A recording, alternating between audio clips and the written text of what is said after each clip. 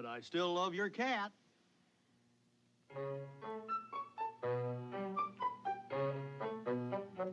There's a grand new game from the lottery, and you can win the grandest instant prize ever, $100,000. Not to mention the multi-million-dollar growing grand prize. Anybody have a coin I can use?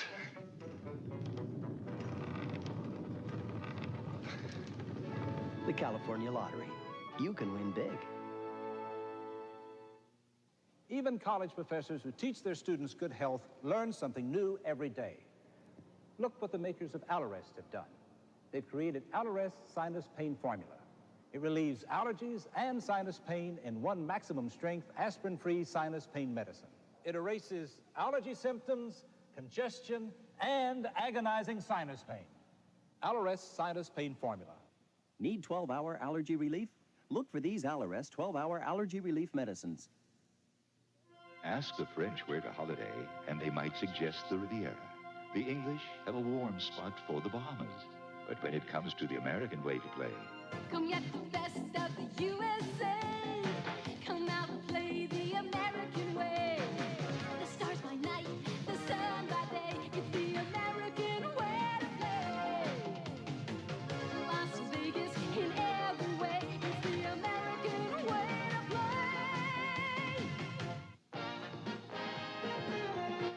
Join us tomorrow night at 8 for the exciting conclusion of Ryan's Daughter. We Again, interrupt parental the discretion scheduled is advised. commercials for another live stream. Well, welcome back to this live build, or another live build. This is part 3 of building my dream shop in 1/64th scale. Welcome to the live stream. I am live over on YouTube, Mixer, and Twitch. So I have a monitor off to this side, a monitor off this side, so I can watch the chat. Comments come in, so please comment, and I will get a conversation going here, but I'll also tell you what I'm talking about, what I'm doing.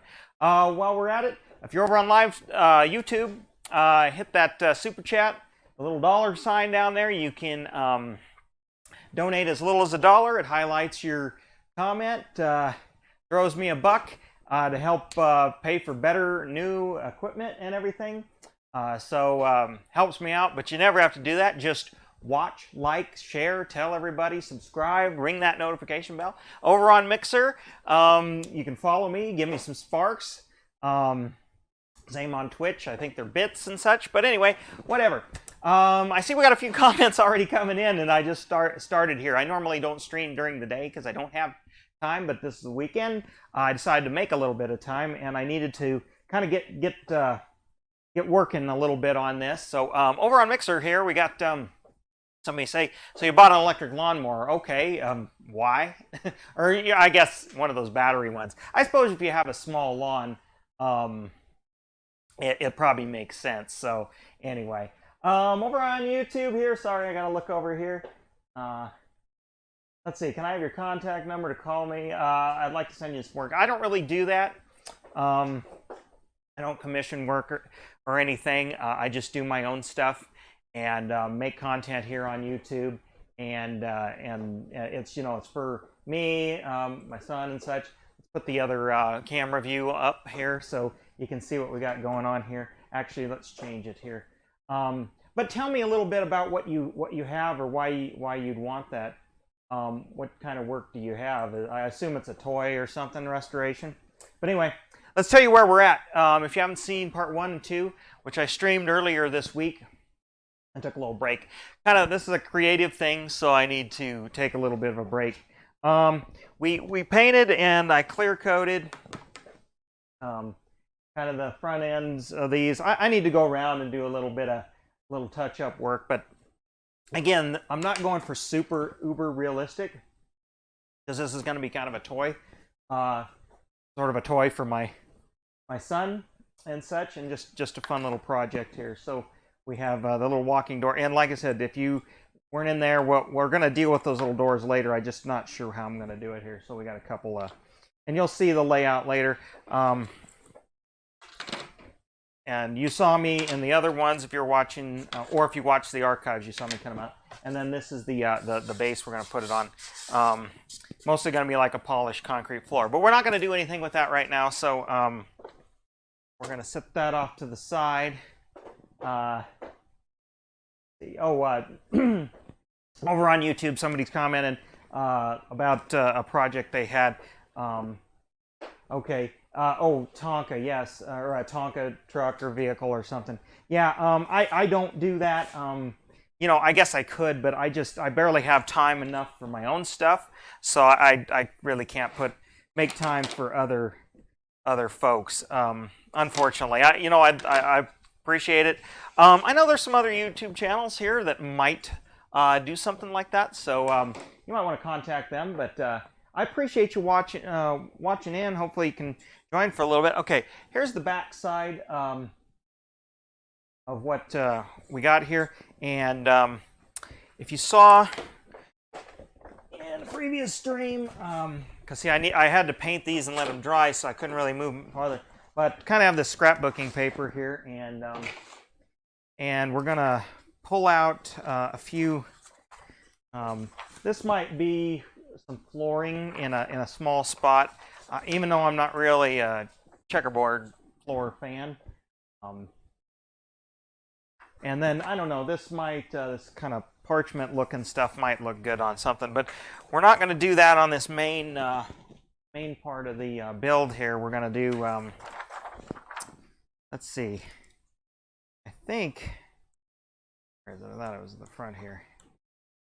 Let's see, a lot of these are patterned and whatnot. Oh, there we go. I think I wanted this striped stuff, but see, there was two different kinds, and I forget which one I liked.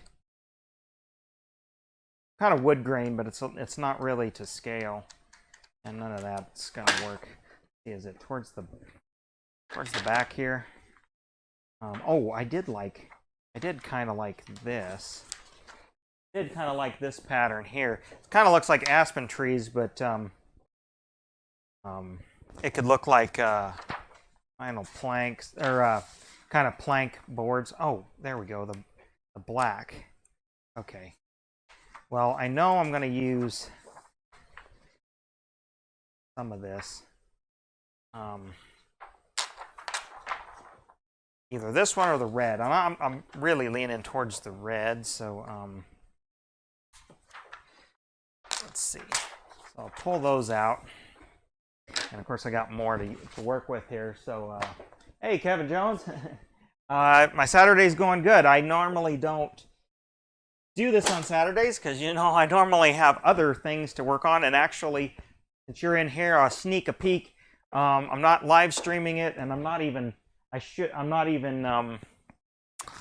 Well, maybe I'll do an edited video. But earlier today, with my son, I was working on another. Tight shot. Working on another model here. His idea. I'm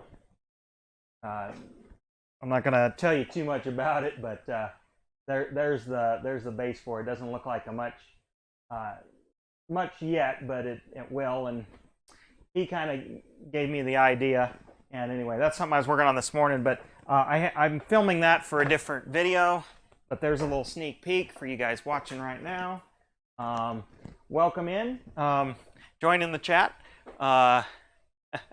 And let's say hello. Okay. Well, yeah, I'll leave that on the tight shot here. Okay, the red. All right, I'm going to start here, and I'm going to have them vertically. Yeah, I don't think I want them horizontal. You know, I wish I had a paper cutter now, but I guess I should have thought about that ahead of time. Maybe I do. Maybe I do them horizontal just because it's a lot easier. Yeah, you know what? Yeah, horizontal. You know what? Vertical, it's not gonna. Yeah, it's not gonna look very good. Let's do horizontal. I guess. Well, again, I'm gonna build a rec room in this area, so maybe I'll save the black for one part of the shop. Because over here is gonna be more the metalworking and mechanic shop. We're gonna have a little bit of a machine shop. So I don't know. I can't decide. It's the same. Hate this. Once I commit, I gotta commit. How do I don't know. Let's just say you guys that are watching, see here. I don't know. Horizontal, vertical. No. I'll give you about 30 seconds to comment here. I know we got a little bit of a delay going, so I'll wait just a second. I'll get my scissors out and some semblance of a straight edge, I guess. So, horizontal or vertical, guys? Otherwise, I'm gonna just choose.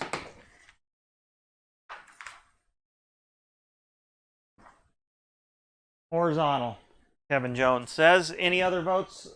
Any other votes for those watching out there? This is an interactive live stream. I need a straight edge. I'll be right back here, guys. You won't lose the sound of my voice because I got my wireless mic on. But a few more seconds if you want to vote. Okay, I guess horizontal it is. Okay, well, this is going to be fairly easy.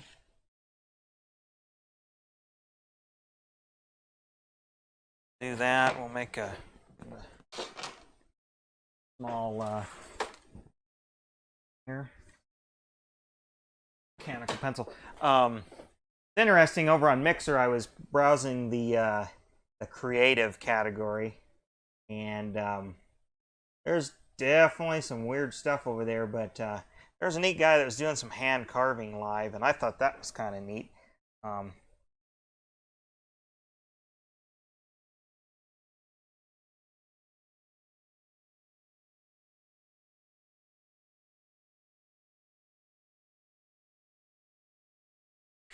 Mark that off here. Yes, you win, probably because you're really the only one interacting. But I like I said, I appreciate it. Oh wow, on the camera, this looks awful. I gotta, so I don't get offline here. I'm gonna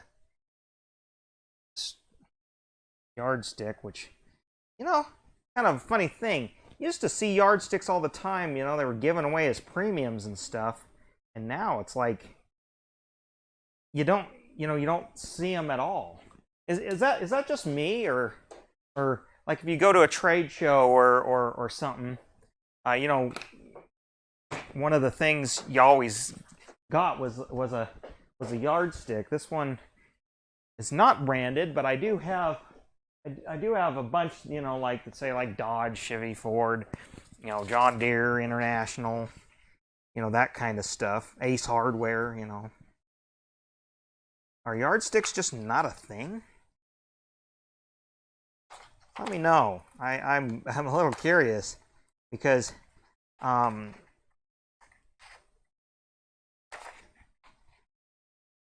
was looking at one that well, actually, and I don't have it handy, otherwise I'd bring it out.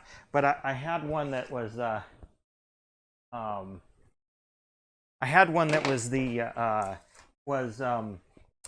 from Husker Harvest days. Well, that's where I got it, I guess, But it was advertising the new Dodge. So that would have been 1994, I think. 92 or 94. Can't remember whenever the Dodge did that major revamp. Oh, here's my glue sticks. But anyway, I remember I got it, and that's what made me think of it. As I was using it, I was like, you know what? I haven't seen, like, I have a Hugh M. Woods, which that company's out of business, and stuff. And I know people kind of collect these, but we're just gonna use some good old glue stick here.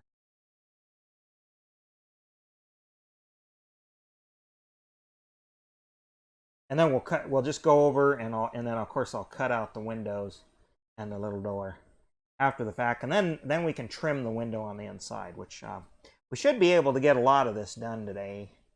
And then won't probably stream immediately tomorrow, but maybe Monday night or something. and we'll work more on it. We'll see how far I get here. I'd like to think I could get this put together as a box in this stream. Okay, they have them at Menards. Okay, yeah, which if you're from the Midwest, you know what that is.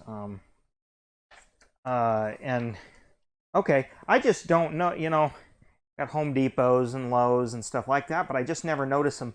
You know, seems like it'd be something for an end cap or whatever, but I just don't notice them.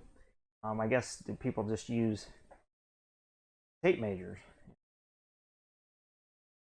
nowadays, and not, you know, I mainly use it as a straight edge, and I don't usually use it for measuring unless, like I said, I just need a basic to the nearest like 1/4 inch. Although even I think this one actually goes down to the eighths. Well, it has centimeters on it too, which helps.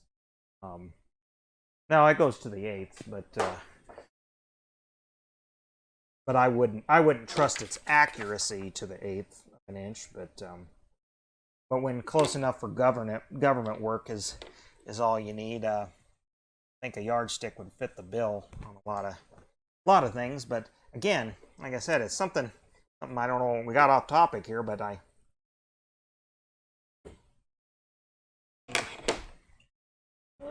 gonna get an old spreader here. But you know, I'm also live over on Twitch as well as Mixer. A couple of you guys just saw me there, I think. Okay. Yeah, I do kind of like the horizontal a little bit. Yeah, there we go. Doesn't look like much now, but and honestly, it's just going to be the background for the rest. I might even put a coat of probably should put a coat of Mod Podge on this too, just to make it a bit more durable. Again, this is kind of going to be a kind of a toy too. Let's see, and on this one, is that the side that's going to have the... Well, it won't matter if it's going to be if it's going to have the say the try to get this lined up right. Which actually, why did I do it the way I did it? Let's just do that, and then I can just cut it with my finger knife. Better way to do it. But one side of this, and I can't remember it's this one, but I'll just paint it. We're gonna have a paint booth so on it, and then that's gonna be white inside. Of course, it's gonna be kind of covered up by the rec room that's gonna be above it.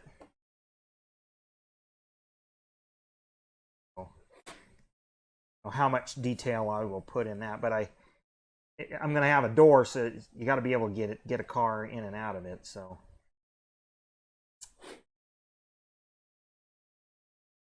we'll see how that is. Thought about going all out and putting little LED lights and everything.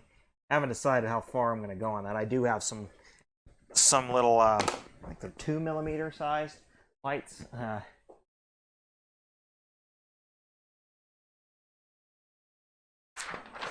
Well, 80s, 70s, 50s, 60s, 70s, 80s, yeah. I know what you mean. But especially if you went to Catholic school. Right? I know it's a little bit of a stereotype, but anyway.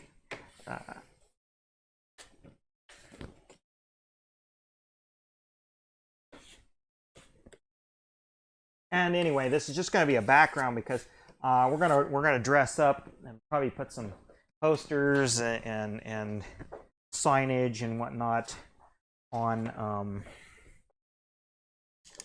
Knife's sharp enough for this, but some signage and decoration and stuff. No girly posters, but there will be maybe some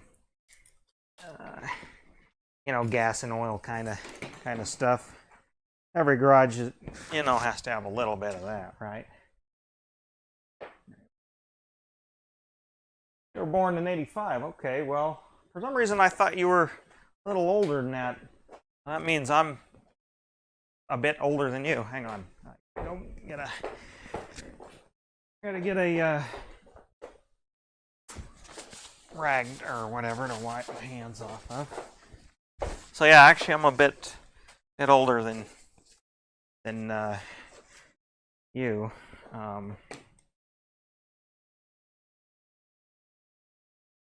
Let's see here. Oops. Got a little bit. Oh, there we go. I need to.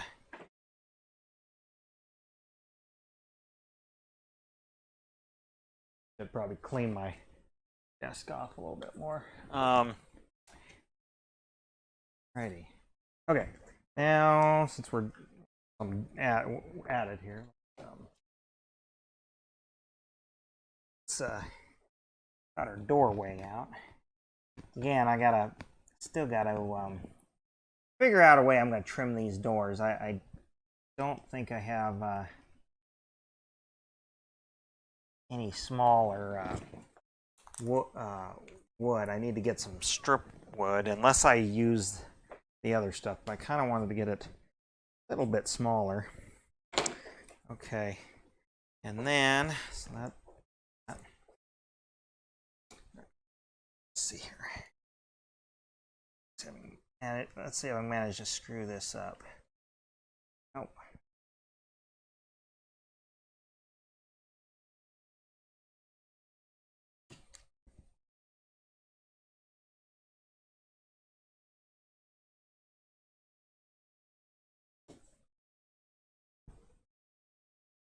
Of course, I'm going to hide the crimes here by putting some trim around this window here.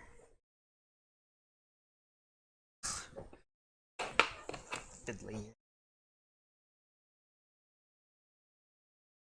Oh, its cuts don't have to be anything special here.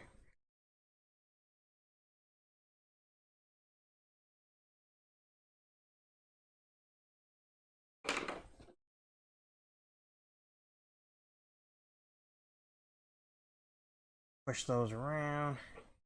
All right. And, okay. I'll do the trimming of the window later. But we can set that one off to the side there. So, yeah, let's see. Shop breed. Oh, okay. Oh, hey, Brian. Too late. I won. Okay. Hey, I am glad. I'm glad you jumped in here because I saw your post where you drug home you're dragging home or you drug home an 8N Ford. And interesting. I have, or well, I should say my family has, a 9N, which is earlier. But it's funny how people seem to gravitate to that. They're great little tractors. Lost my mom. Right, I thought here. Oh, okay, yeah, great. We're going to do this one here. Yeah, we're going to do red here. Okay, all right. Back to the regular scheduled program here. I saw the 9N Ford. Or 8N, and I have a 9N. But it's funny how people find those, and they're great little tractors. I mean, you can still get about every new part new to fix them up and whatever, make them run and stuff. And they're now my only gripe, I'm not a fan of them from a classic tractor perspective.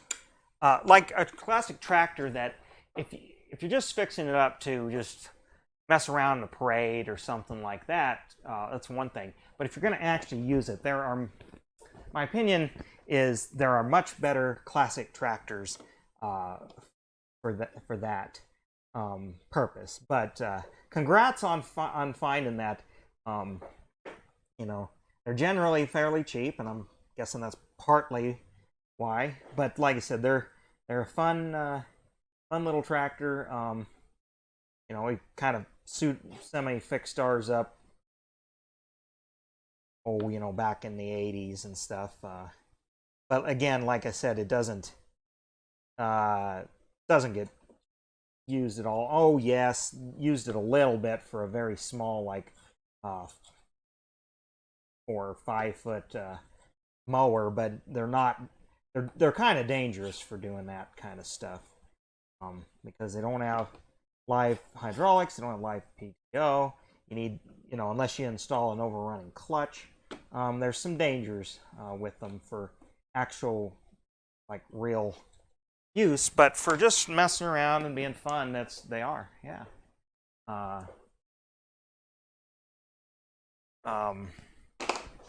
But just for messing around, they're pretty. They're kind of fun. Oh, this is gonna. Oh well, actually, this is okay.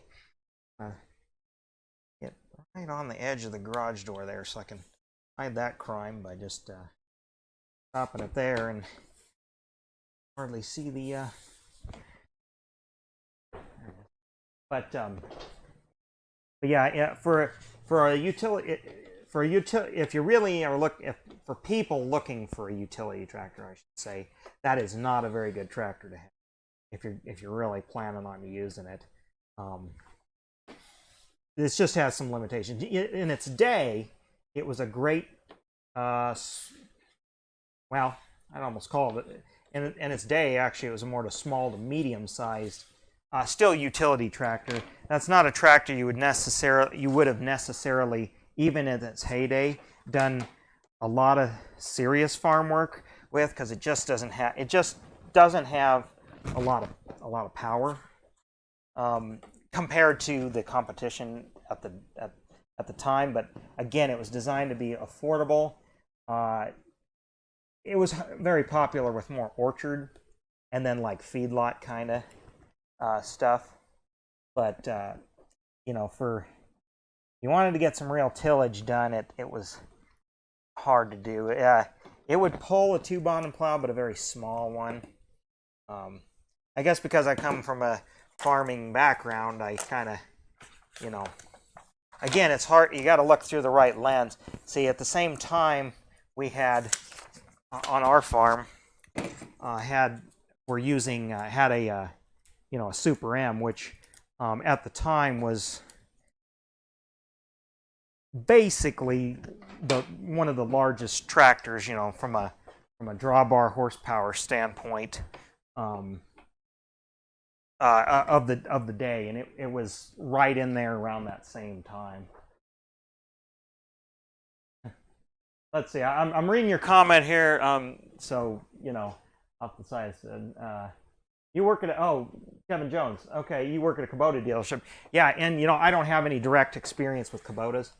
But I have heard overly good things with them. But with those compact utility and whatnot, I know there's different classifications. So I don't play in that world. So forgive me if I'm using wrong terminology. But I think they're one of the good ones. Deere. Obviously has some decent ones too, and they're good for hobbyists and all that stuff. But that's, again, for if you're doing some serious work, you need to look at those. And I'm not trying to knock the 8N, not at all. Like I said, it has cemented its place in classic tractor history. It's kind of like a Chevy 210, kind of thing. It's like or a 32 Ford.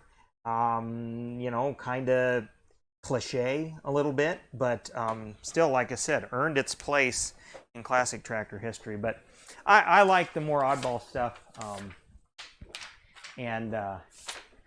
But again, like I said, if I had to choose a classic tractor for, let's see, I guess I got to line that up so it looks good. Okay. But yeah, if I had to choose a classic tractor that I was for everyday use, I would choose something that was made after about 1960, because then because tractors then basically after that have a lot of the modern conveniences that. Or a lot of conveniences that modern tractors have today that honestly you just take for granted. Things like power steering, live hydraulics, live PTO, just more more gear ratios for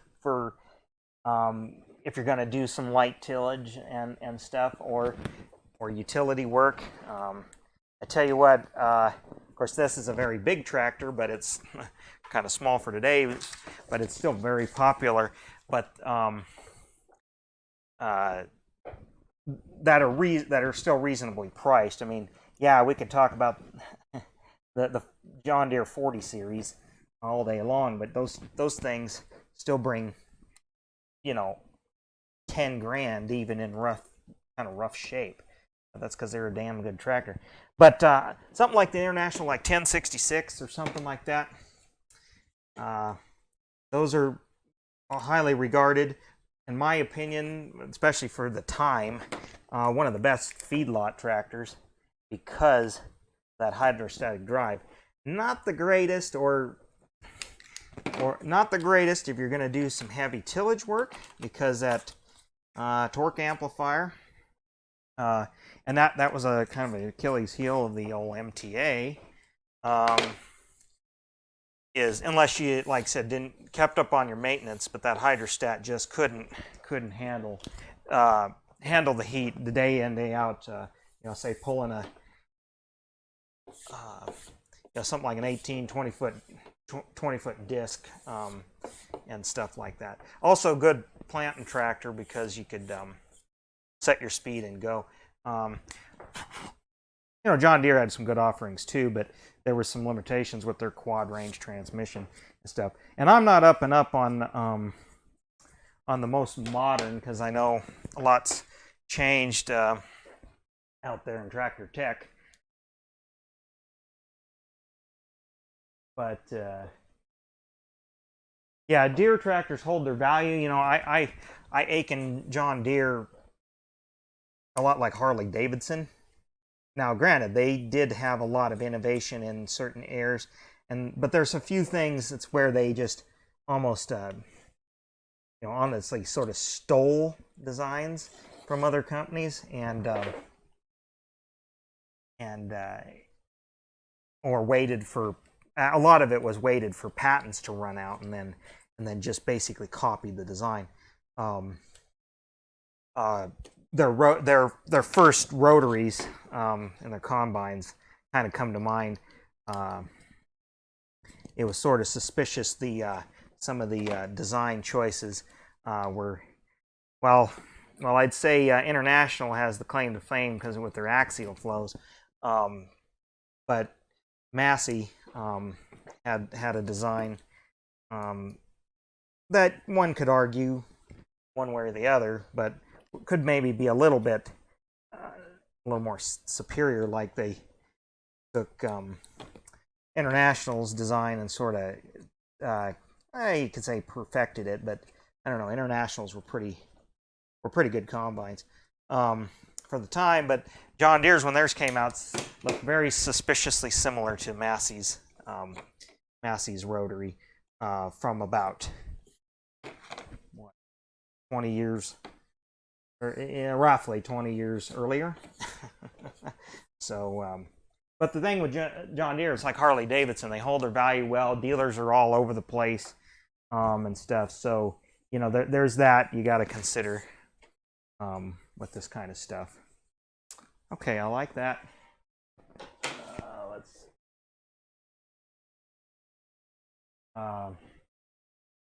Anyway, let's see here. But then again, I'm talking, this is stuff from the late 70s into the 90s here. Let's see. And I'm going to do, I think I do black on the ends. Maybe I'll do the black on the ends for something different. Yeah, let's just do that on the ends, and then I can always wallpaper over where I don't like. I think I'm just going to do that. That is going to work just perfectly, but 8N, I think standardized the 3-point. I think you're right. I kind of think you're right. They might have standardized it, but I'll tell you who popularized. But I'll say John. Well, actually, no, you're not correct. That's not correct. Alice did. Alice Chalmers. They standardized the.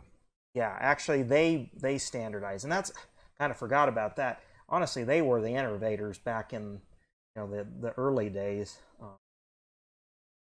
And I guess going back to the whole classic tractor deal, if you're going to go like say pre-1960, a lot of the Alice Chalmers tractors, specifically like the WD and WC. Well, probably more the WD would be my choice if it was going to go kind of pre. They just had a lot of power in small packages, but you had lots of customizability. Like I said, they pioneered the adjustable track widths, especially their way of doing it where you didn't have to leave the seat of the technically where you didn't have to leave the seat of the tractors. John Deere's even up into the 60s. No, even to the 80s, because the 4430 was even like that. You had to jack the tractor up and use kind of a ratcheting mechanism to change your tread widths.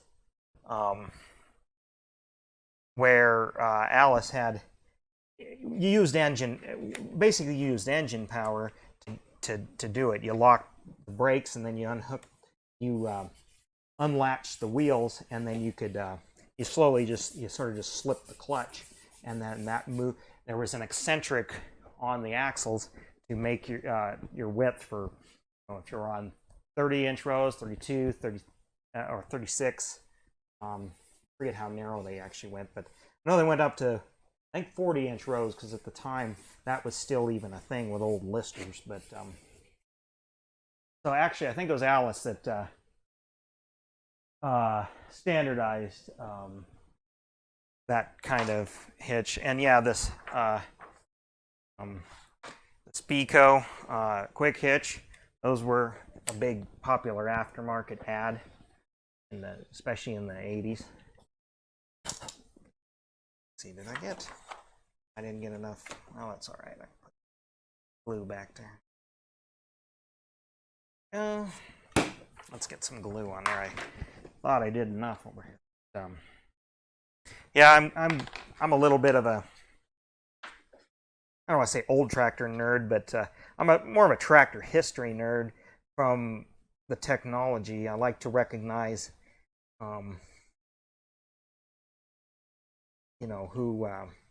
where the innovation and innovators were, and it's really too bad that Alice Chalmers kind of went the way they did. Same with International; they kind of lost their butts in the 80s. But to be honest, if John Deere had not come out with that 40 series tractors, they would have been gone by the middle 60s, because it's just amazing. If you look at Tractor Tech, they were so far behind everybody else, and I think it was just some of that, in a way, a little bit like Henry Ford, a little bit of that stubbornness of why would anybody want another color other than black? Why would they want something with style and everything, kind of thing? So, and this, we're talking, the early days of tractors where, a lot of, again, like you're talking the 3-point stuff, a lot of stuff was not standard through the industry, and when you think about the South and stuff, farming was still very primitive. People still using draft animals in some areas, even to the 50s. Everybody, was trying to, innovate something, and I feel Alice Chalmers was on the cutting edge of that up until really up until the 70s, but International and Alice were just eating John Deere's lunch, in my opinion, when you really look at it. I mean, granted, because John Deere was always number 2 to International at that time, and then Alice, or no, it was Alice on top of that, and then International was a close third, because they just had so many more models and just features and everything that I don't want to do this. I don't. Well, I guess I got plenty of paper. I can waste it a little.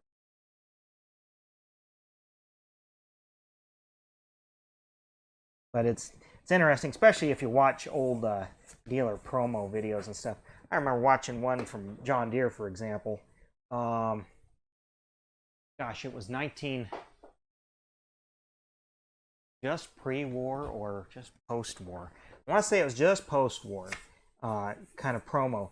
Still touting why their 2-cylinder engine was why you shouldn't buy why their 2-cylinder engine was so much better than everybody's 4 and 6. And a lot of their really the spoiler was it's simpler. You only have 2 pistons, 2 sets of rings, 2 main bearings, 3 main bearings, and 2 rod bearings and stuff. Less parts, less complexity, easier, cheaper to fix. Well, gonna overlap that. Oh well, we'll put an airline there and just cover that up. But there's no doubt that it's like, and then they only had a 3-speed transmission with 1 reverse, where everybody else had at least a 4, if not at least 4 forward gears, if not 5, and then 2 or 3 reverse gears, and then things like just better attachments, better ways for the attachments to work. For example, because no-till wasn't really a thing yet, so a lot of people still plowed, and of course plowing still happens, but the whole deal of trying to control the side draft and everything had just everybody else had a little bit different way. Same with PTO. You could run it stationary, of course, they just had their belt pulley. They didn't have a PTO for the longest time, whereas all the other tractors had belt pulleys and PTOs. But when they did get that, when you were moving, so like a sickle mower, there was no way. Well, again, didn't have a live PTO, so if you weren't moving, you weren't driving forward, PTO wasn't turning. Whereas, like Alice, had a hand clutch, so you could stop the tractor's forward moving, and the PTO would still be running at engine speed. So, just little things like that.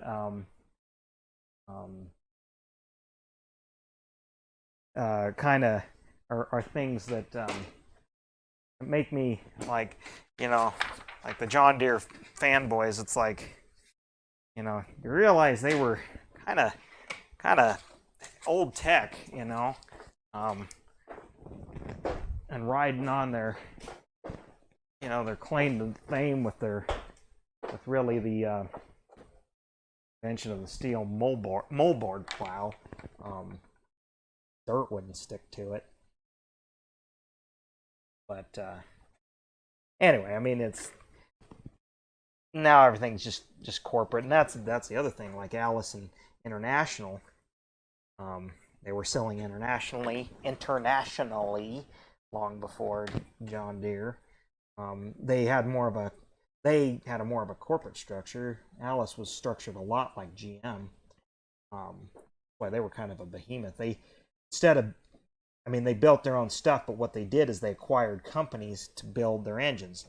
So it was, maybe it was a Continental. They wanted a Continental engine. Well, they just built their own or bottom stuff. Why they had a lot in the construction area, and John Deere really had nothing at the time. Heat and, like I said, industrial and construction equipment were international, all that, and it's just interesting. See. Oh yeah, I can use the rest of that. Oh no, I don't. Well, I have to cut it. I'll cut it off edge there, I guess. Use the rest here. I mean, even though I got plenty of pages, I don't want to I want to be too wasteful if I have to. Let's do this. But that's all changed. I mean, it's all set. I'd say would be hard to buy a bad tractor these days, no matter what size, On our farm, we run older Cat Challengers, tracked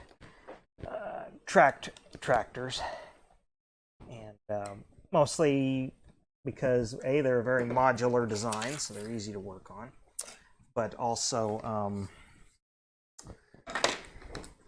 they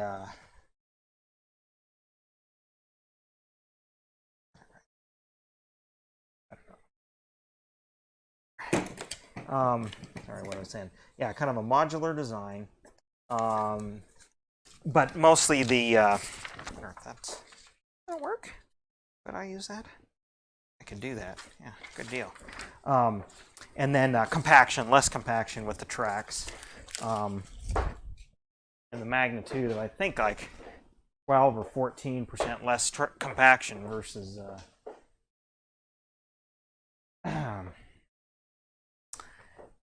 Versus a wheeled tractor. Of course, now everybody has their version, but Caterpillar pioneered the rubber, well, even the steel tracked way back in the day, but the rubber tracked tractor actually, I believe it was Firestone that they contracted to build the first set of tracks, rubber tracks. But they're and then slip when you're pulling. There's virtually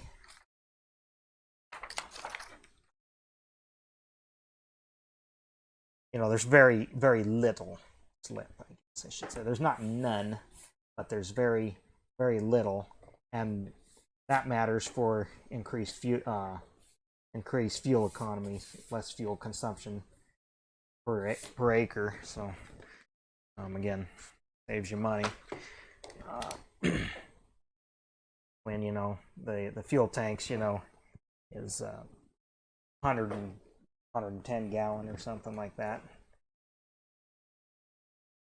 Burns something like 10 gallon an hour or whatever. So, and it's got but even though it's an old tractor now, it has variable cylinder management and all that stuff. So has some fuel saving features built in. So when you're just light loads, it shuts off a few cylinders, and then when you hit a hard spot, it'll kick in those extra cylinders. But it's kind of green country around here, but we used to run them. Like I said, prior to that, we had 8430 and 4430, which those are the 30 series, and the 8430 was an articulated four-wheel drive. But as far as Husqvarna and steel, I don't know. The older steels, but I guess they're okay. I think they're all about. I guess if I was going commercial or something, Probably go Husqvarna, but again, I'm a little agnostic when it comes to that because I'm not, again, it's just light use. So, I mean, I still have at least 30 years old McCulloch. So let's see. All right, let's do. Let's got that done. Start making our window trim here, and I'm gonna use these wood strips again. And where's this? Okay. And I was gonna stain these, but I might leave them natural. It's kind of like the looks against the.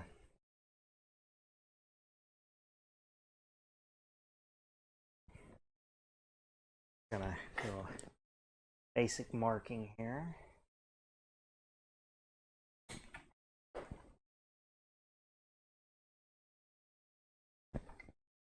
But again, I don't cut wood like for business or professionally. It's just my own.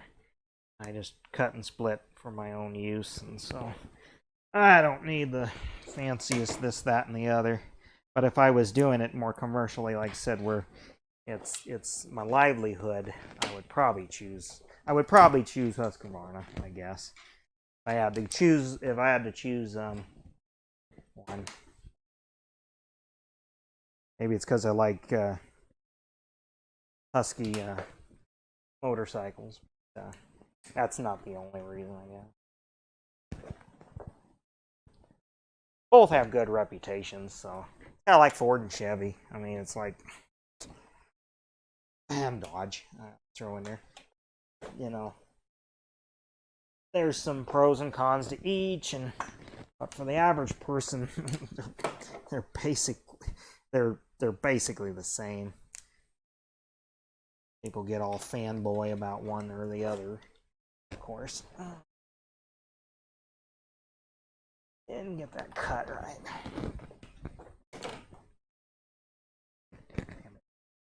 There we go.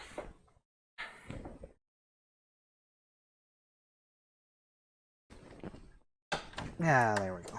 Cut it on something hard.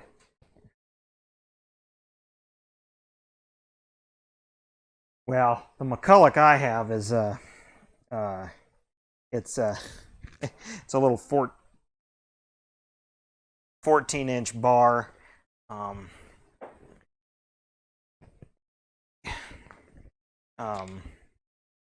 Forget how many cc's or whatever, but it was a more of a homeowner grade deal at the time.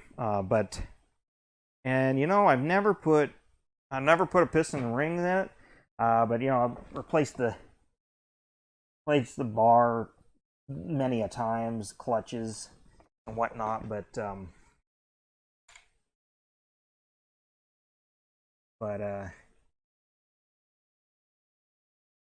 it's served well, but kind of I'm needing to get something new. And of course, I'm not going to get a pro grade because, again, like I said, I'm not doing that. I wouldn't get the benefit of spending the extra money on that.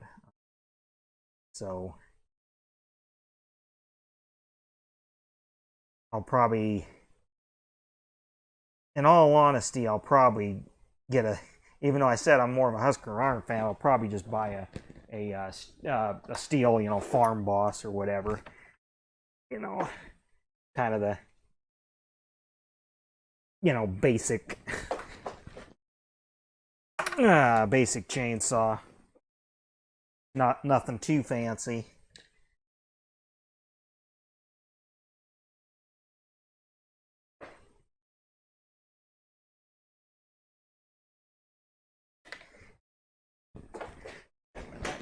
I gotta mark this better here. Get on that. Yeah, and honestly, that little, you know what? I have it. Let me finish this up because we're talking chainsaws. I'll go get it. It's just in my other shed that's just out the door. So it's not a big be able to go get it, I'll show it to you. You know, I really like it. Like I said, it's a 14-inch bar. I like it because it's lightweight. I can almost operate it with one hand. I can easily start it with one hand, like while I'm on a ladder or something. I know that's not super super safe, but and I haven't cut my arm off yet, so whatever.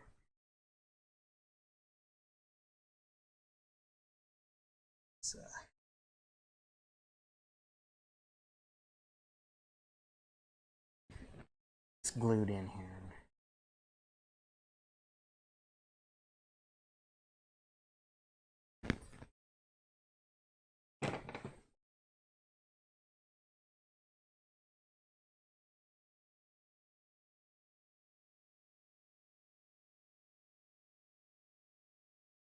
Gotta get these squares possible.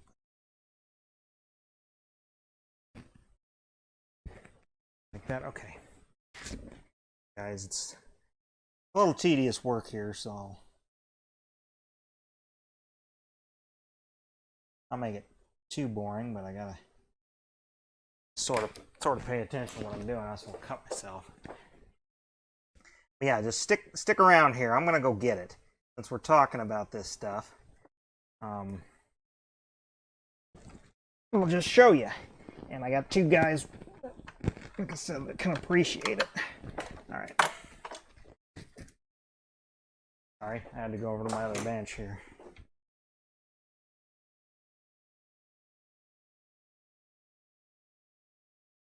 A little bit of glue down.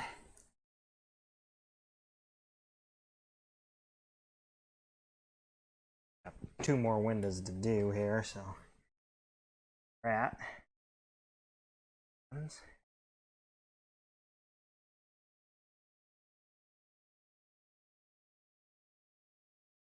Okay. Exterior window there. Looks pretty good. Find that. Okay.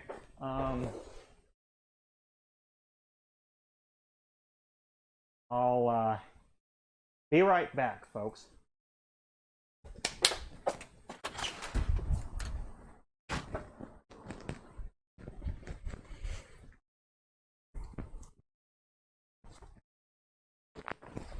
You can probably hear me. I have my wireless mic.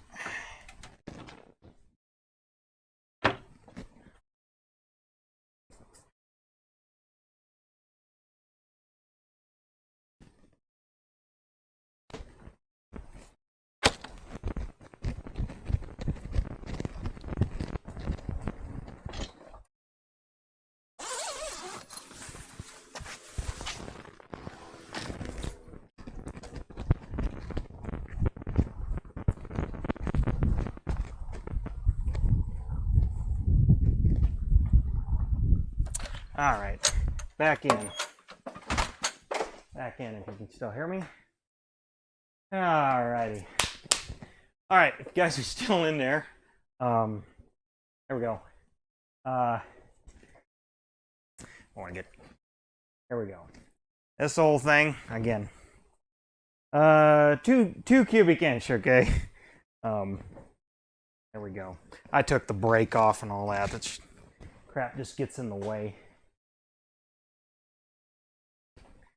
There we go. Good old eager beaver. Again. Alright. Again, like I said, and I can, pull it, there's times where I've been like this and done it left-handed even, but it's like, lightweight. Again, been a workhorse, but need to upgrade a little. So there you go. All right, there you go. Oh, I mean, I've had to replace the primer ball, of course. I put some air filters in it. Bar, of course, it said bar, clutch, and the sprocket and all that. I guess the main thing that's happening now, and is up near the filler neck, the plastic or the plastic gas tank is cracked. So if I fill it up, too much, it just leaks out, and then when you when you have to hold it like this, it drips. It doesn't just pour out of there, but it just drips, makes a mess. So that's mostly why I got it and I've looked up getting a replacement and stuff, and it's just, once I do that and screw around, I might as well have just bought a new saw, up there so you guys can see what I'm doing here. So I mean, that's kind of the that's the reason. But had it for at least 30 years. Actually bought it when I was about 13, 12, whatever. We had an an ancient that I couldn't even lift, especially at that age, home light with like a 22-inch bar, it was a 24-inch bar, and just from the 60s, actually, probably late 60s, early 70s, probably early 70s, not so much the 60s, but and then bought this because that size was mostly what we need, what we kind of needed around the farm for just cutting up dead limbs and stuff. Weren't always taking down huge trees. You don't do that very often. It's mostly the little cleanup crap. So, this was nice. It was small, lightweight, started easy.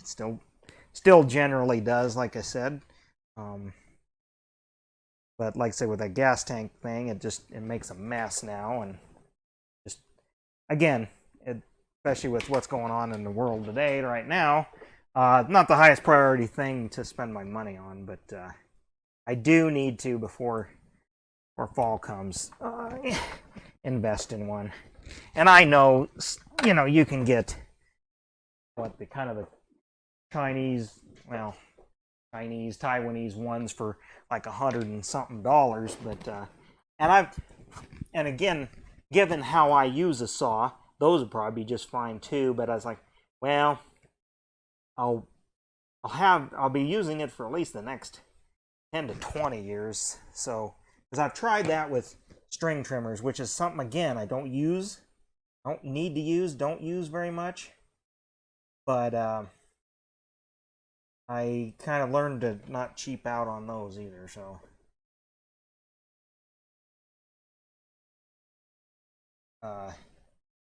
So that's why I don't want to cheap out on a chainsaw. Because a string trimmer I can do without. As a matter of fact, I just on a whim bought one of those Jippo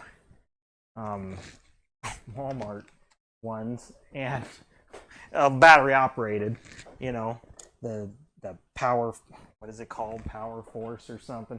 It looks like a toy. But I gotta say, to be honest, for what I mostly need a string trimmer for, I actually kind of love it. It works just fine. Well, I know the two-part epoxy. I know, and but it's kind of, you got to take the center casing apart, and I know I restore motorcycles, and you guys are probably like, what? You guys you do all this other stuff, but you won't do that. I guess it's just time to get new, because it is low on power. Again, like I said, I've never put rings in it or anything, but I've always used good oil. And when I mean good oil, I always use my leftover premix out of my race bikes. So it always had, for the most part, had a steady diet of back in the day, VPC12, which was a leaded race fuel, and my oil of choice was Klotz R50 synthetic. So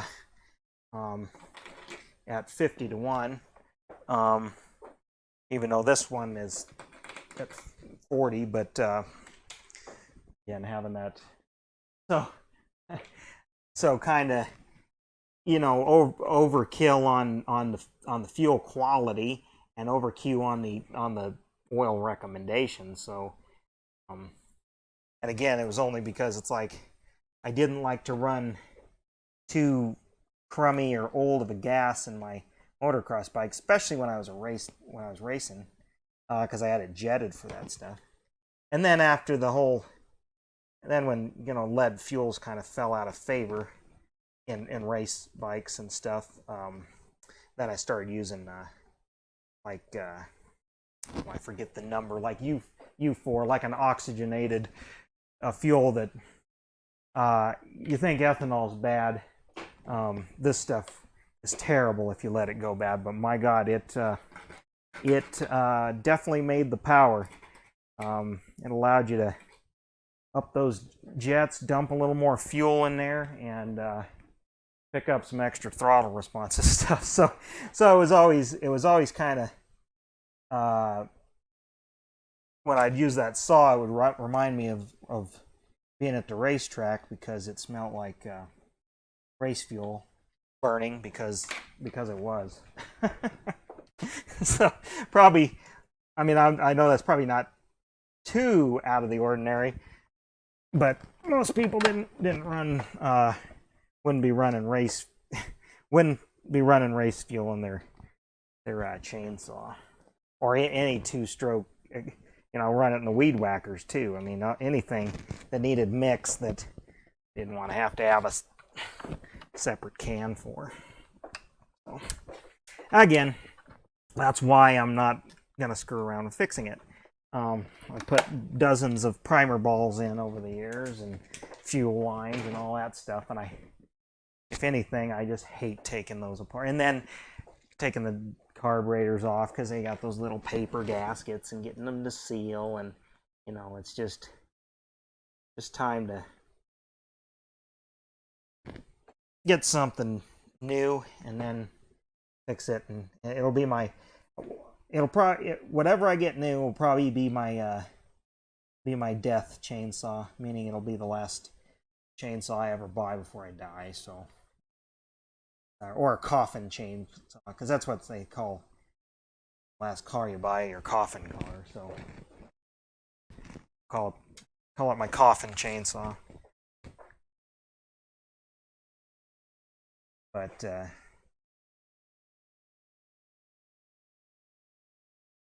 that little McCulloch, I love it.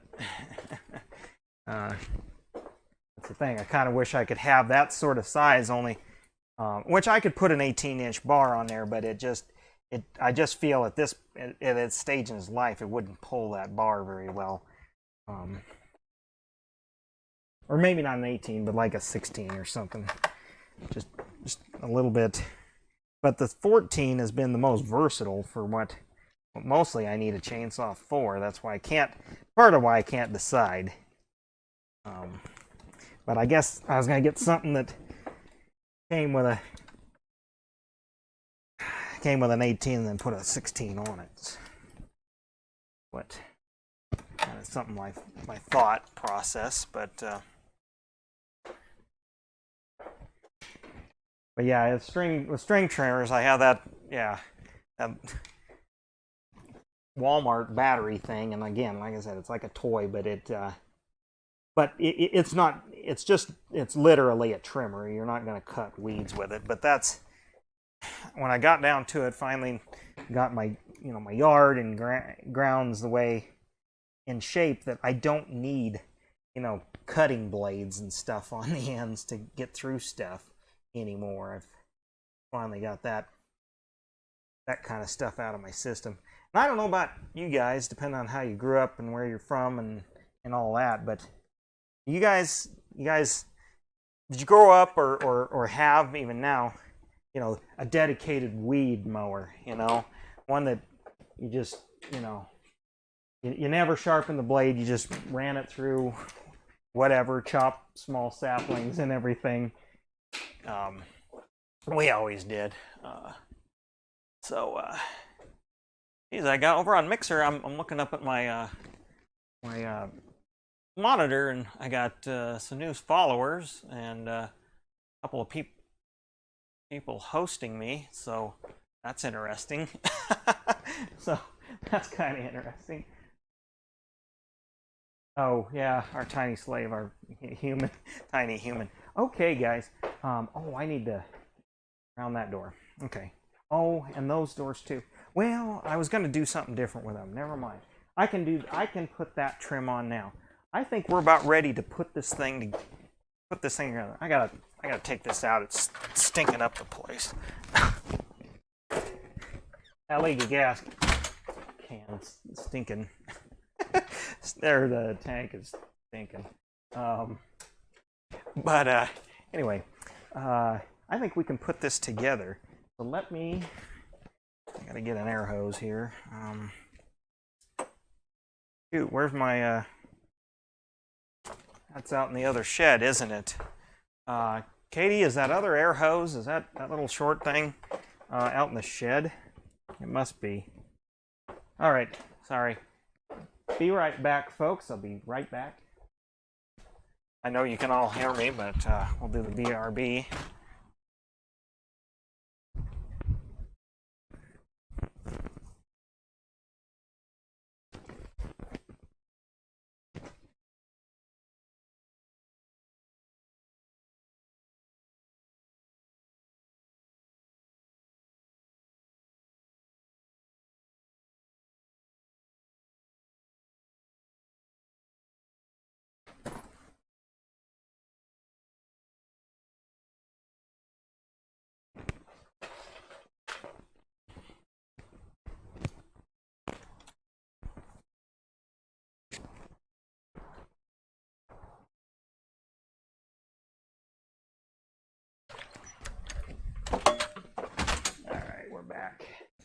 Back. Back. Okay. Sorry about that. I got this little short rubber hose. I do have one on the ceiling that I can pull down, but it's on the other side of the shop, and I don't want to have to drag it clear across the shop just to do something with when I have a couple outlets right over here. I got the high flow and then a regular. And I don't need the high flow for a nail gun. And actually, let me do something real quick. Let me do a little test piece here because shallowest I found here were some, if I can do this, were some 5/8. And let me see. Okay. I want to make sure that I wasn't going to shoot. Well, I guess if I don't be careful, it might shoot through the side. But wanted to just make sure it wasn't going to split the wood before I did the real thing. Okay. Let's set all of this up here, and okay. Let's see here. Thought. I might have. Did I do? Oh, okay. Here's how I did it. Because didn't I want it like? Remember how I wanted this? I guess it doesn't really matter. Like this. I want that one there. Yeah, I guess that's how I wanted it. Yeah, that is how I want it. Okay. And this is where I wish I had the freaking machinist blocks, which I don't have, but square. And put a little bit of glue here. Hopefully people aren't too bored by this. Okay.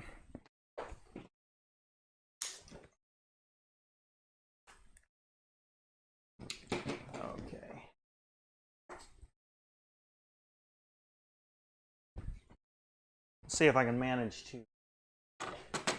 Yeah, let's get in tight here. You guys want to see what I'm doing here.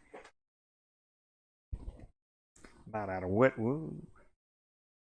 About out of wood glue. It's way too much, but okay.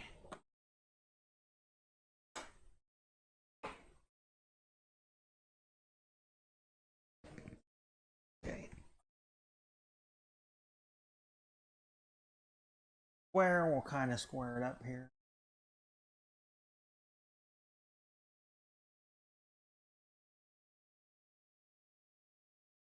again, it'll be close enough for government work.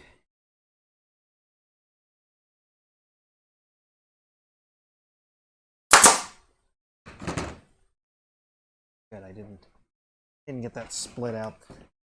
Yeah, I worry if I don't get it lined up, it'll shoot out the side and there we go. All right, there we go. Got enough glue on there, don't I?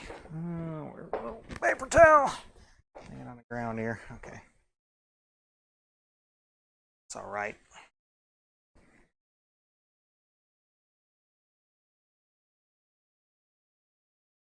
Okay. All right, we're gonna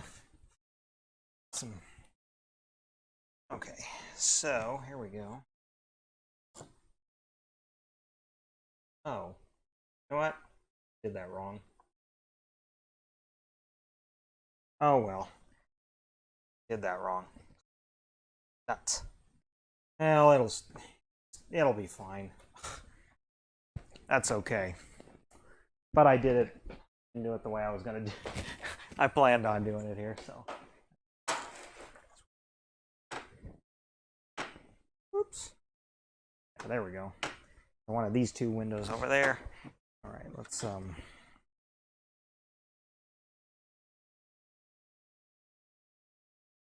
be a little less generous with our glue here.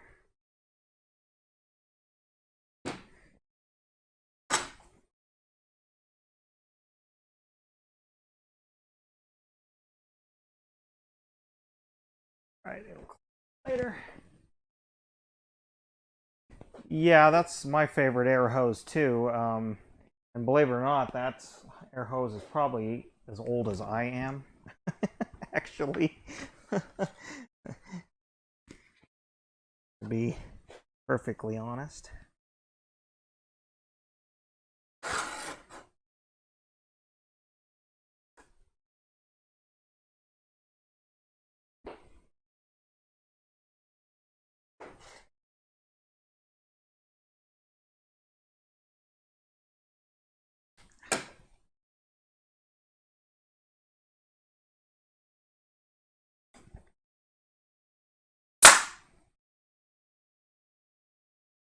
Went through and didn't.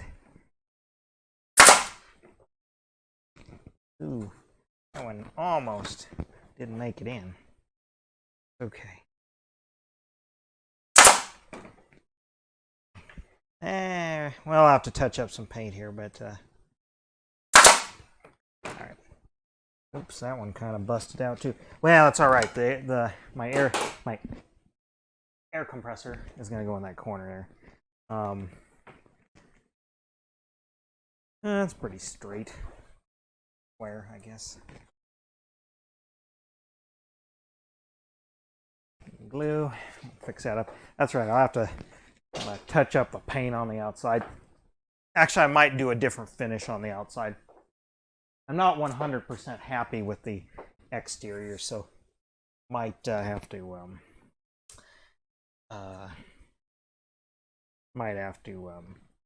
kind of fix that. All right. This on the end here.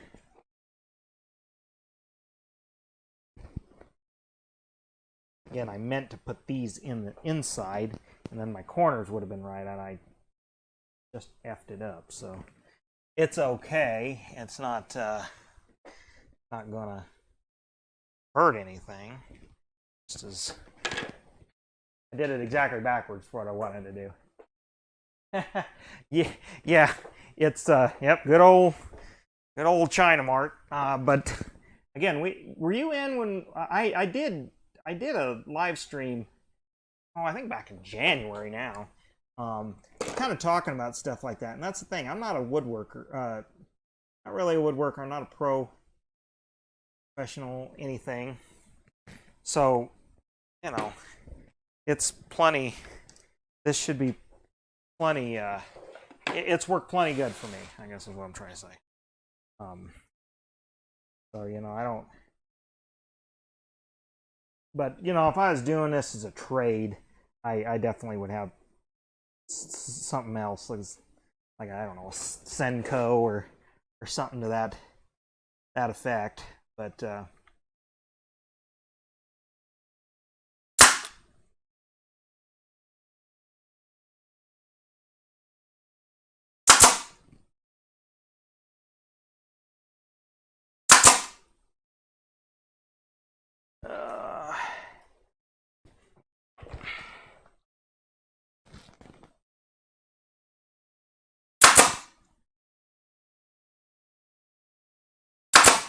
it is a fun tool to use. And good, those didn't shoot out anywhere the sides. All right.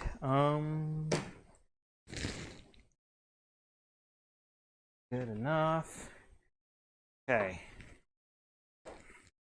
Well, I actually could get this stapled down to the nailed down to the base. I guess I could. Of course, we're gonna make some rooms in here too. So I made this base just a little wider because I wanted to have I wanted to put a little bit of greenery or something on the edges. So that's why I kind of made it a little wider just to sort of settle it in here. But again, I didn't cut everything super accurate either, because given what it is,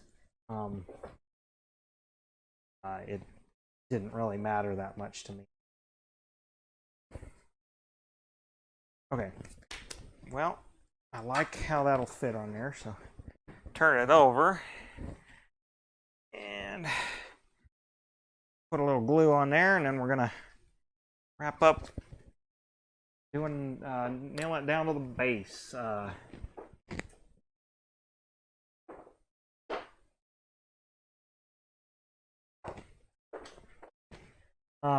Yeah, and again, were you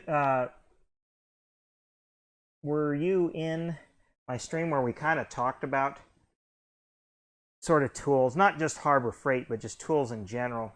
And actually, I prefaced it by actually, you remember the tool trucks, you know, Cummins and Homier, and I think that's the only two I remember, where they traveled around in the back of a truck. You know, I haven't seen those in a long time. You know, do they still exist? I would think they probably wouldn't, because why? When you got Harbor Freight is basically stores all over the country that are basically what those tool trucks were. But I do have some of those tools. And to be honest, some of that, actually, I can't show it to you, but I have one of their air compressors from 90s or something, and it's just a 110, but it's a 2-horse, I think 5. It's a 2-horse electric motor, and a dang it, lean it over, stickiness all over. 2-horse electric, like a 5.2 CFM at 90, which for a 110, that's quite large, I think, because I can't seem to find one like that spec'd that way anywhere. You know, Harbor Freight doesn't sell one like that. So I kind of, in a way, cherish that, and that's just, and it's a Speedway series, I think, which I think is what they had, but I had it called. But it works good. It still runs. It's pretty worn out, but I mean, I've used that crap out of that. Katie can attest to that. Okay, here's a moment of truth. and just let's not drive a nail just straight up into the floor that then I have to eventually pull out or cut off. Sweet, I got that one. Put it by the.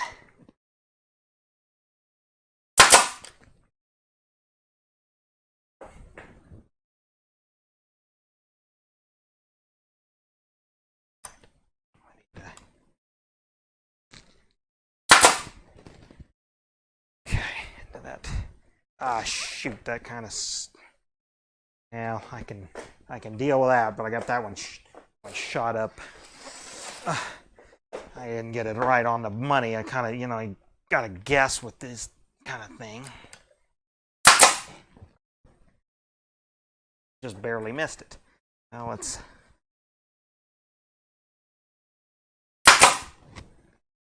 Perfect.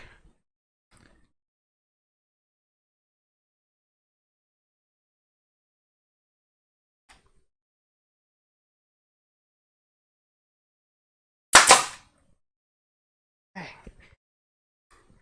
There we go.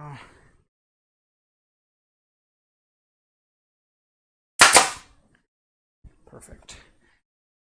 Getting most of them there. That one I'm going to have to cut off, but no worries.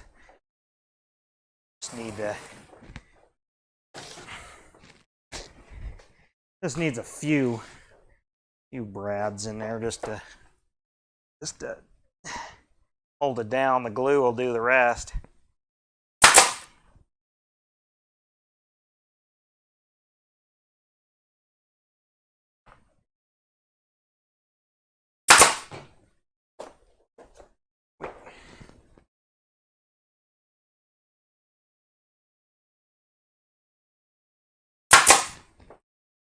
Good, sweet.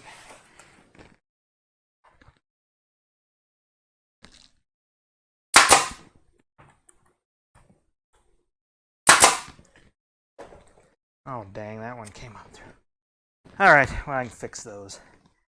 Here, let's see. Oh, still got to do this edge, don't I? But there we go. Got this one about.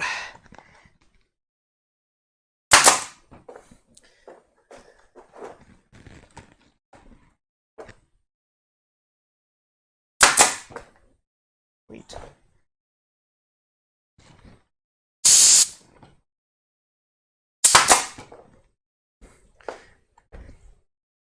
Okay, I think that's enough. The glue's gonna do the rest of that, do the rest of the work for me. So when it dries, and we'll okay, yeah, I kind of, it's pretty square. Oh, okay. Well, let me change this up. Okay. Oh, there we go. We're at. Whoops. Okay. I gotta finish the edge a little bit, I realize, so I'll have to take the sander to that, but I'll do that off camera. But something you guys can we can sort of see what we're gonna do here. Yeah, okay, you can see over in there. But I don't know who's been in, but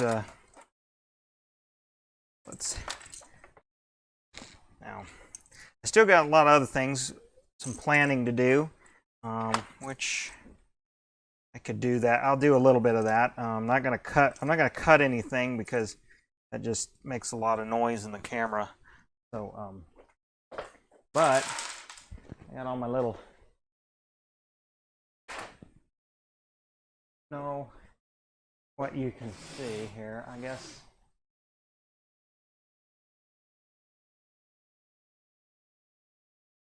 Can't really see that unless I see if I can. All right.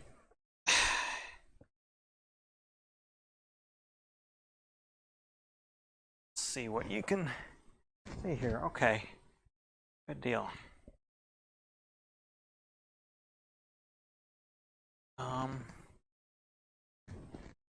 There we go. There, that'll help you see a little bit better. Raise that camera up. Do a little bit of... Okay, there we go. Yeah, yeah, we got approval from the 3-year-old. Okay, so some of this stuff, you know, I'm just kind of guessing where I'm going to put some of this stuff. And of course, you can see some of the glue squeeze out. But I'm gonna weather this floor and whatnot. But for example, what I made this for is like so. Okay, I have the semi in here. Got the grain truck. Semi is just here. You know, doing some routine maintenance. He actually can go through there. So he's sitting there. We'll pretend we're pulling the engine out. Got the tractor we're working on there.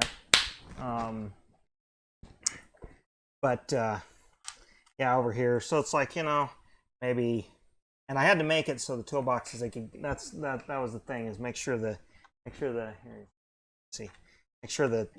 could get the toolboxes in and out, because, you know, through the side doors if you had to, obviously. But you know, we could put a toolbox there. No, workbench under a window there. Big picture window. Again, oh, and also, so yeah, so it's like, okay, if we had to push this tractor through because it's broken and move it outside, you can go clear out the door.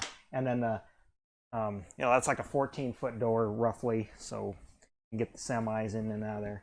You know, we can pretend, okay, we got a jack, we're working on that truck there. Or actually, we can be jacking that guy up right there. You know, different toolbox can be right here. I got to make an air compressor. I'll have to hand scratch build some of that. And and then, you know, I don't know where this is. It's just some tires, so you can stick by the door over there. We got a, you know, and maybe we got an oil barrel slash trash barrel that needs to be by the door. Oh, yeah, here we go. And over here, you know, we got this on like car dollies or something over here. Got an old Impala here. Got the paint off of it, because over here in this area, I'm going to build in a paint booth, so, you know, you can drag it and push it in here. We'll paint it over there, and then there'll be a upstairs here. But let's say we're over here, or, you know, we're going to pull the engine, so we got an engine hoist there. Maybe we're jacking the side up there, get the back end. We're gonna take the axle out of the back end. Maybe, you know, oops. Got a little work cart there. Got two small little air compressors here. It might be little auxiliary ones, but we're gonna plumb this shop for air, of course. Dream shop. And we got another little cart there. You can't see it, but over in here we got little well, they're like jumper boxes, but one of them I'm gonna make it look like it's a stick welder. I'm gonna get some small little wire and make some leads so we can wire and stuff. Got a creeper there. Get under the car. You know, work light here. A little extra point of work light. Another engine hoist. You know, it can just store over here or something. Got some other workbenches, so they'll go. Can't see this, but they'll go on the other side over there. That's another. Maybe that's another metalworking, where most of the metalworking gets those benches under there, kind of thing. The welders. Oh yeah, and I got a little drill press. That feels like it should go in the corner, or maybe in the corner over where the metal shop is. Another creeper. We can be working on that mechanical front assist under that tractor there. And another little top cart there. Jack that's not being used. It can parked over there. We got another toolbox that can be there. And I have my YouTube studio right in this area, I think. We'll have the bathroom and the kind of the kitchenette over here where we can fix up. And I got a little pop machine that'll go up top there. Some little gas pumps. Those might, you know, we could set them outside, pretend they're real. You know, pretend that's where, you know, set them up there, have them fixed up, plumbed for diesel, so we can fill that guy up right there if you want. Maybe I'll do that. You know, those should go on the outside, maybe. Don't know. And another toolbox rolling around here somewhere. And I'm gonna build more other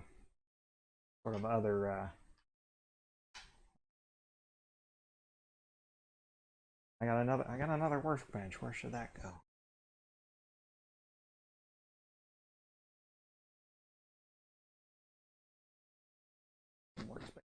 I don't know.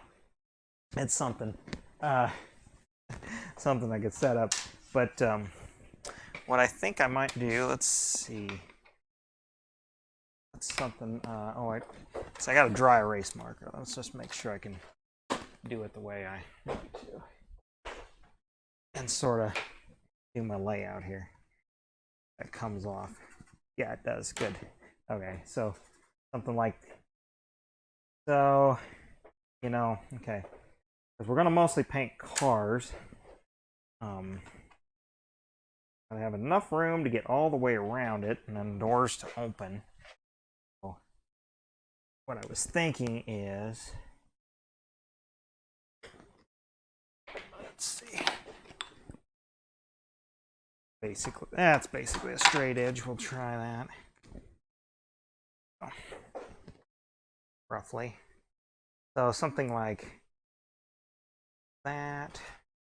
Maybe.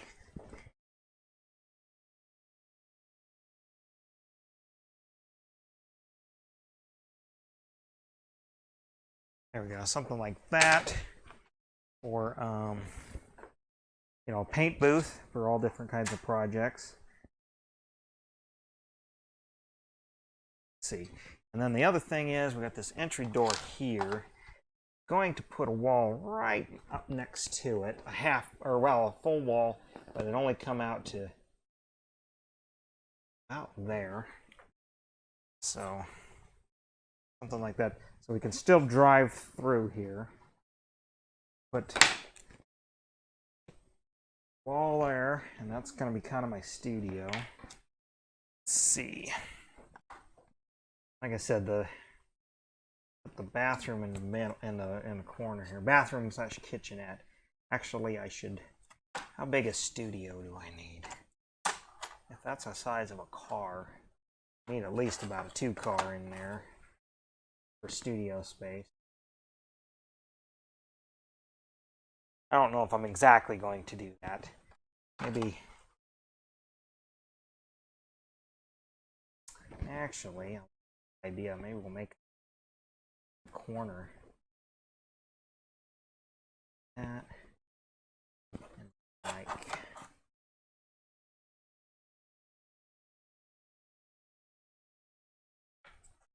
That. There we go for the bathroom.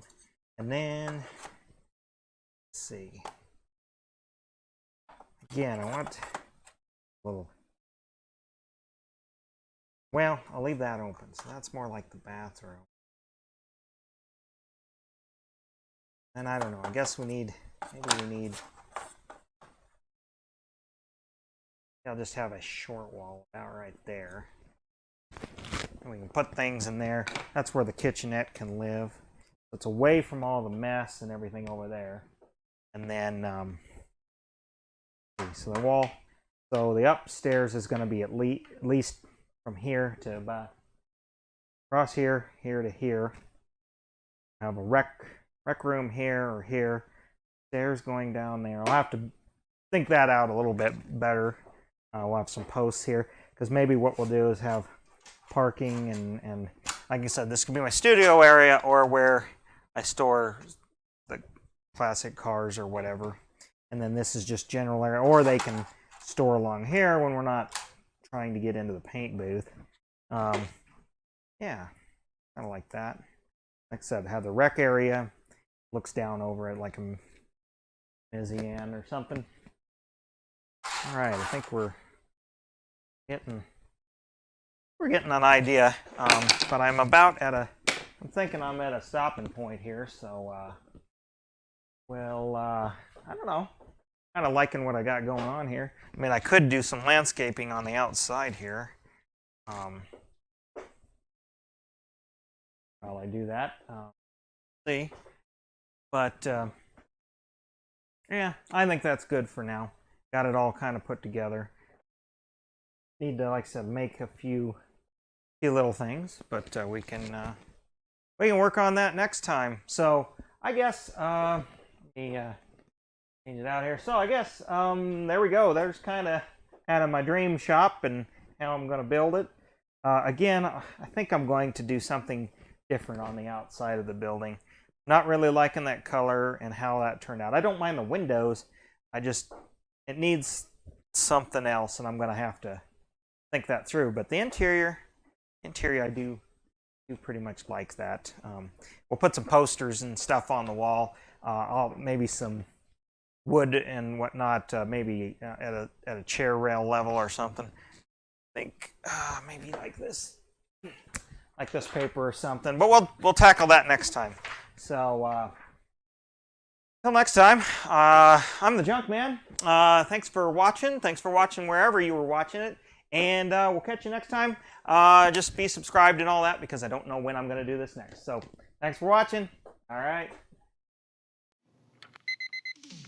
White Flower Day sale at Macy's. This Wednesday and Thursday are White Flower Days at Macy's. For 2 big days, Macy's offers you substantial savings in almost